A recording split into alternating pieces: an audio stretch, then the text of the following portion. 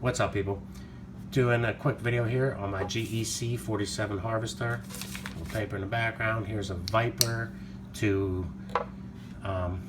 throw up in comparison. The Viper is probably the more popular model right now, but just figured I'd show them together.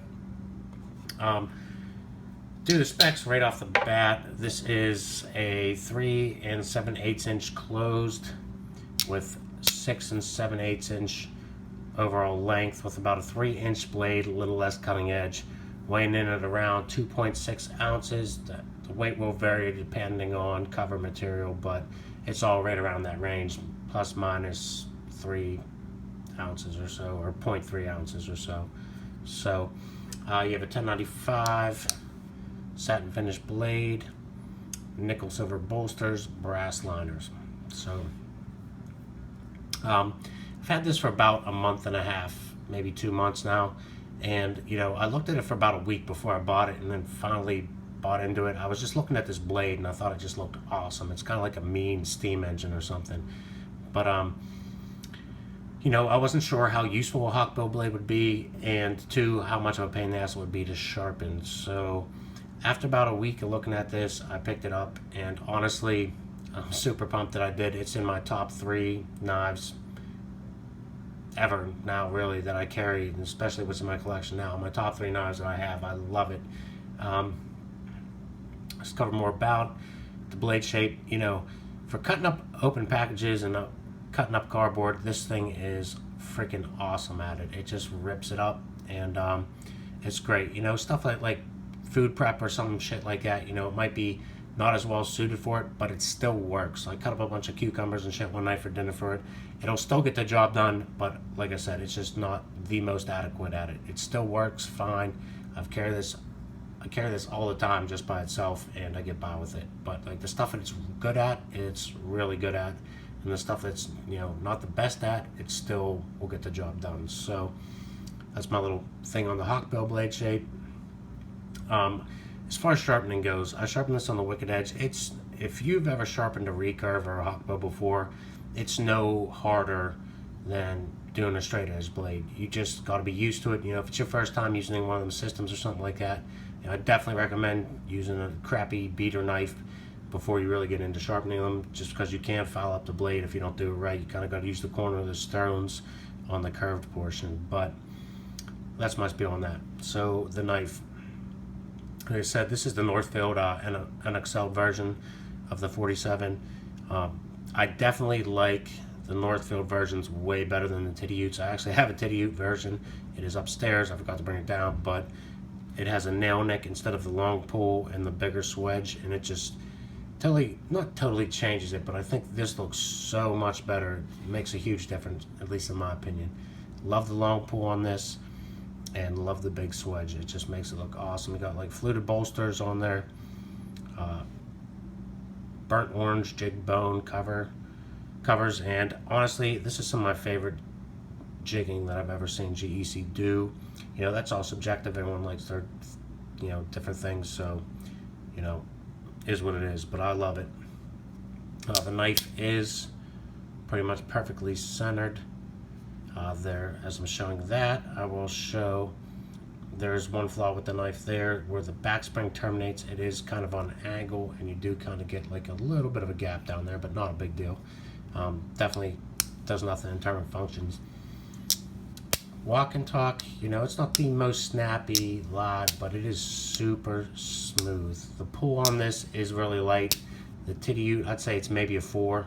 The Titty Ute version I have is probably about a 6. It's a little bit more in my wheelhouse as far as pull goes, but it is super smooth. The walk is definitely nice.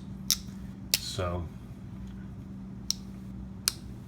I will say this too, as far as GEC goes, the back, there's no big gaps or hang-ups anywhere, where the bolsters meet the cover material at all, and no big gaps between the liners and the cover material or the bolsters. And this is one of the few GECs that I have that is flush when closed at the half stop and open. So, and I will say most GECs I have, for 1 second, are typically flush closed a little proud on the half stop, and then flush again when open. So that's just what I've noticed out of the, I don't know, 8 or 9 GECs I've owned.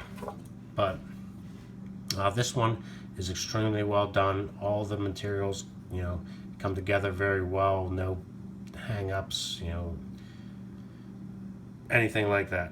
So honestly, I think it's a great knife. It's probably my favorite traditional I own right now, and I do have a Todd Davison custom knife as well, and this is still probably my favorite. But just an awesome knife. So, you know, if you're thinking about it, you like it, I'd say definitely give it a chance. You know, a lot of people aren't into the pruning blade, pruner blade, hawk bow, whatever you want to call it. But honestly, if you give it a chance, put it to work a little bit, I think you'll really come to enjoy it. At least I know I did. And these Northfield versions of the GECs are awesome. At least this burnt orange jig bone one is. Like I said, I do have a titty ute version of this. The pull is a little heavier. The covers are a little bit, you know, short of the liners, just a tiny bit. Not enough to complain or send it back, but just a tiny bit. And I just don't think the blade looks as good because it does not have a long pull. It just has a nail nick, and the swedge is a little bit smaller. Still a great knife, but I'm probably going to trade that one away. I probably should have got another Northfield version of it. So honestly, just a great knife, guys.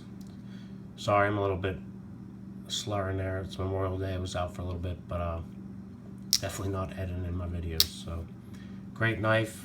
Real quick before I go out, just a little size comparison to something a lot of people might know. Spyderco Slish, whatever you want to call it, Bowie. Just a little size comparison here. So this is a good size knife, and I'll be honest, this is right in my wheelhouse for traditional knives. A lot of guys like them smaller watch pockets. This is right around my size, 3 7/8, about up to 4 inches down to like 3.5 is where I like my closed length on my traditionals. The other thing I will say, this thing carries, it does not bother me at all, but you know, it does have a wide profile compared to the Viper. Obviously the blade is definitely a little bit wide. So in the long pull, I'll be honest, with this or the titty ute, you're never going to use the nail nick or the long pull. Obviously you got plenty enough blade there to pinch it open. So great knife, shitty review, but I hope you guys have a great Memorial Day. I'm out.